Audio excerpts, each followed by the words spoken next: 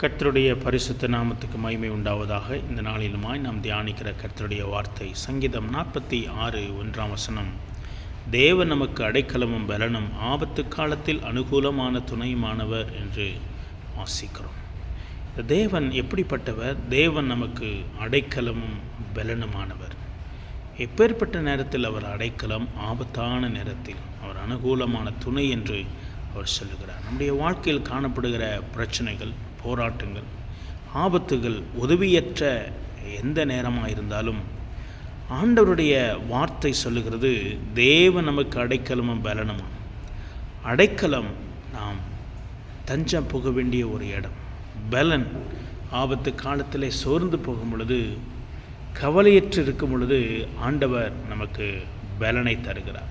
அது மட்டுமல்ல, அனுகூலமான துணையாக இருக்கிறார். எந்த நேரத்திலும் அவர் நமக்கு பக்க பலமாக, ஆண்டவர் நம்மோடு கூட இருக்கிறேன் என்று சொல்லுகிறார். நம்முடைய வாழ்க்கையில் சந்திக்கிற பிரச்சனைகள், போராட்டங்கள், வியாதிகள், கண்ணீரின் பாதைகள், துக்கம் நிறைந்த நேரங்கள் எல்லாவற்றிலும் கர்த்தர் சொல்லுகிறார், நான் உனக்கு அனுகூலமான துணையாக நான் இருக்கிறேன் என்று சொல்லி. இந்த விசுவாச வார்த்தையை நாம் அறிக்கையிடுவோம். ஆண்டவரை பார்த்து சொல்லுவோம், ஆண்டவரே, இந்த பிரச்சனைகள், போராட்டங்களிலே நீர் எனக்கு அடைக்கலமும் பலனுமாக இருக்கிறீங்க, ஆபத்து காலத்தில் எனக்கு துணையாக இருக்கிறீங்க என்று விசுவாசிக்கும் பொழுது தேவன் தன்னுடைய வார்த்தையினால் நம்மளை திடப்படுத்துகிறவராய், வார்த்தையினால் நமக்கு ஜீவனை கொடுக்கிற தேவனாக அவர் இருக்கிறார். விசுவாச வார்த்தையை அறிக்கையிடுவோம். தேவனே, என்னுடைய வாழ்க்கையில் இந்த பிரச்சனையில், இந்த போராட்டத்தில், என்னுடைய வாழ்க்கையில் நீங்கள் அடைக்கலமும் பலனுமாக இருக்கிறீங்கப்பா. ஆபத்து காலத்தில் அனுகூலமான துணையாக இருக்கிறீங்க ஆண்டவரே. எந்த பிரச்சனைகளும், எந்த போராட்டங்களையும் மேற்கொள்ளத்தக்க தேவ பலனை எனக்கு தருவீர் என்று விசுவாச அறிக்கையிடுவோம். ஆண்டவரை பார்த்து ஜெபிப்போம்.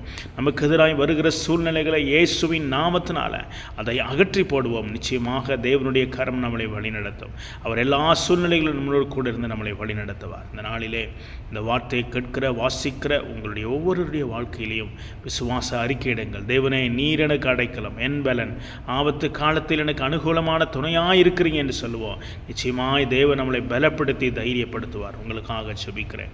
அன்பின் பரலோக பிதாவை, இந்த வார்த்தையை கேட்கிற, வாசிக்கிற ஒவ்வொரு நபரையும், குடும்பங்களையும் கர்த்தர் ஆசீர்வதிப்பீராக என்று சொல்லி ஜெபிக்கிறப்பா. என்ன சூழ்நிலைகள் மத்தியிலே கடந்து போகிறார்களோ, தேவனே, நீர் அவர்களுக்கு அடைக்கலமும் பலனும், ஆபத்து காலத்தில் அனுகூலமான துணையாக இருந்து எல்லா சூழ்நிலைகளையும் மேற்கொள்ளத்தக்க பலனை, தைரியத்தை ஆண்டவரே நீர் கொடுப்பீராக என்று சொல்லி ஜெபிக்கிறோம். பிள்ளைகளுக்கு விரோதமாய் எழும்புகிற எல்லா அந்தகாரத்தின், இருளின் வல்லமைகள் இயேசு கிறிஸ்துவின் நாமத்தினாலே கட்டப்படுவதாக என்று சொல்லி ஜெபிக்கிறோம். ஒரு பெரிய பலனையும் சமாதானத்தையும் கர்த்தர் கொடுப்பீராக. தேவனுடைய கரம் கூட இருந்து ஆண்டவரே நம்முடைய பிள்ளைகளை வழிநடத்தட்டும் என்று சொல்லி ஜெபிக்கிறோம். யாரெல்லாம் சோர்ந்து போய் இருக்கிறார்களோ அவர்களுக்கெல்லாம் விசுவாசத்தினாலே அப்பா ஆண்டவரே சோர்வின் ஆவியை நீக்கி போட்டு ஒரு பலத்தினால, ஒரு பலத்தின் தைரியத்தினால் நம்முடைய பிள்ளைகளை நிரப்புவீராக என்று சொல்லி ஜெபிக்கிறோப்பா. உடைய கரத்தில் ஒப்பு கொடுக்கிறோம். நீ பெரிய காரியங்களை செய்வீராக. இயேசுவின் மூலம் ஜெபிக்கிறோம் பிதாவே. ஆமென், ஆமென், ஆமென்.